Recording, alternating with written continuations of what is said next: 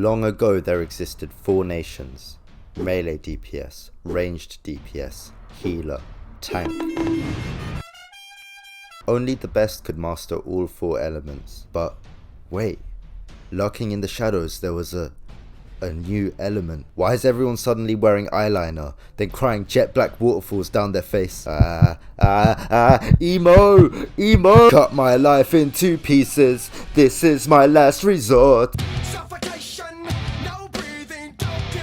So, you've wanted to play Reaper, I don't blame you. Scythes are statistically the coolest weapon you can wield in any video game. And I'm here to give you a little first person introduction on how Reaper is like, and how it works. My god, this class felt way harder when starting out. You see, you don't start this class with 1 ability then call it a day. No, 2.5 of your hotbars are already filled up when you start this class, and you better know what each of these buttons do, because there will only be more and more and more. It will feel like you're trying to solve a 17 by 17 Rubik's Cube in your right hand whilst juggling 14 atomic bombs in your left. Or maybe not, maybe you're good at this game, but for me this is only the 2nd job I've tried. So it's very possible other classes get even harder, and I've just transferred from the easiest tank to the easiest DPS in the game. But either way, fear nothing, because here's the scuffed edition of how you play Reaper once you unlock it.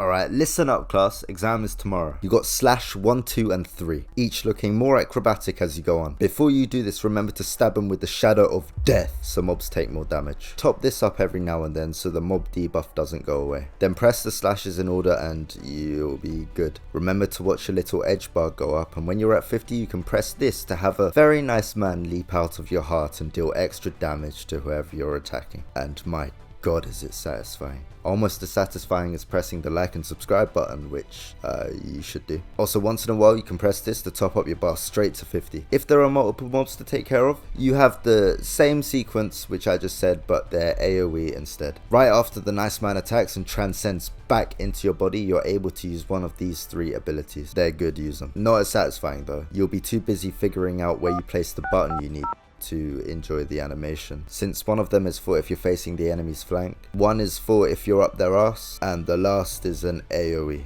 Kinda, it attacks in a cone. Pretty much the same thing. Is that too complicated? I understand. That's why you have this. Press this, ignore everything I just said, no need to position yourself, and just enjoy the eye candy of seeing your character splice, splice, splice like the true gamer you are. The rest is pretty easy. If you're about to die, press this.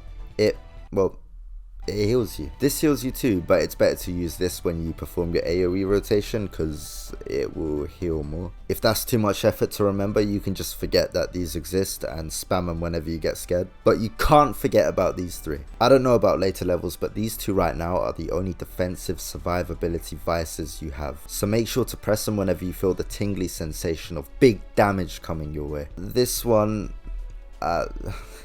it helps your team a lot. Just press it before you're about to fight a boss or fight a new horde of mobs. Sometimes you want to feel like Moira from Overwatch, and who am I to tell you you're not allowed? Jump through the shadows with these 2. Blue lets you jump forward and yellow means you jump backwards. Then Rick Sanchez opens up a portal for you whenever you press the blue shadow jump time button again, so that you can TP back to where you once were. At any time for the next 20 seconds after you time jump, you can use Shadow Ball from Pokemon instantly without having to stand and wait out a cast timer. Fucking neat, innit? What else? Ah, fuck! These 2. What the fuck do these 2, man? I've never seen this in my life. Oh yeah. So this gallows, after using it, it lets you use, look, you do loads of damage anyway. Just don't worry about this. Man.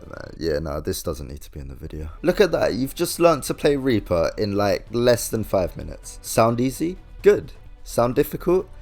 Yeah, it might bring you back to the days you were spending money to play whack-a-mole in the back of an arcade, waiting for your mum to finish her shopping. Just instead of staring inside 15 holes to beat the shit out of that mole, you'll be whacking one of your 15 keys at a time. But I can't lie, you quickly learn the basics. It didn't take me too long to learn everything. Who am I kidding? I still find a way to forget about half my abilities, then dash backwards instead of forwards, plummeting myself into some sort of AoE blast in front of everyone. And it didn't help that I had no clue how to actually farm XP efficiently outside of doing the story. So I'd try solo fates, pull 2 mobs instead of 1, and end up running away like a bitch. That was until a friend told me about.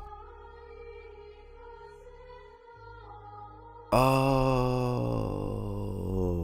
why did this only say 28,000 XP? It gives like 480,000. If this is your first time playing DPS, this is the part where you figure out not to fuck up, otherwise you'll die in 1.5 hits. HP does not mean anything. Playing Reaper at the beginning feels like you're playing the emo version of Muse Dash. Like if you started playing that dinosaur game when your internet goes down, but instead of a T-Rex jumping cactuses, you're Ryuk jumping from one side of the map to the other. Like playing a rhythm game with a similar but mind-twisting beat over and over, then whack, it all goes Psycho no Sutoka on your ass, and you'd much rather vibe to the creepypasta fantasies in your head than actually teaming up and interacting with people. Communication. If you hate communication, then communicate it to me in the comments. We'll start a fucking club. There's no point in me comparing this to Warrior or any tank or any other class. Each class would play differently, and that's why you can switch at free will. But it's nice to actually do raids without having to have every mistake displayed for prying onlooking eyes to see. Sometimes it's late at night or early in the morning, and after being awake for 47 hours, it feels more comfortable to just kick back and blend into the glitzy pixels on your screen rather than having to actually take lead and, you know, pay attention. Otherwise, the crazy thing with 3 heads we're fighting will humiliate you in front of everyone, and to add salt to the wound, will proceed to pounce onto the poor healer in the back and split their neck in half. If you're the type to dress very out there in public but hates it when people stare at you, this is the class for you. You can be in your own little bubble feeling the spotlight without actually having to be in the spotlight. At first there were no intentions to main this job, but just to have something on the side for when Warrior gets stale. But leveling this job so far, it's been more enjoyable to be a sneaky, freaky, edgy, wannabe Genji pouncing on thin ice, always a few shots away from death, rather than a meat shield force to be reckoned with. Both are fun, but Reaper gives you the abrupt needle injection adrenaline shots which everyone needs when doing the thrilling task of sitting in front of the PC. But then again, I don't know if I can say goodbye to the big axe, oh my god, I've got big axe side of me. Warriors can also be mobile too, and that does damage, but fading in and out of existence is 66.6 times cooler, especially when paired with the animations that let me feel like Batman. But the red glowy Superman eyes with my devil horns. But does that really compare to this chainsaw fucking scythe that goes vrr vrr? But wearing the chainsaw scythe means I'll have to wear some sort of helmet to make the glamour work, and can I really handle hiding my beautiful bedazzling face for the rest of my life? Is this what a midlife crisis is? Oh, yeah.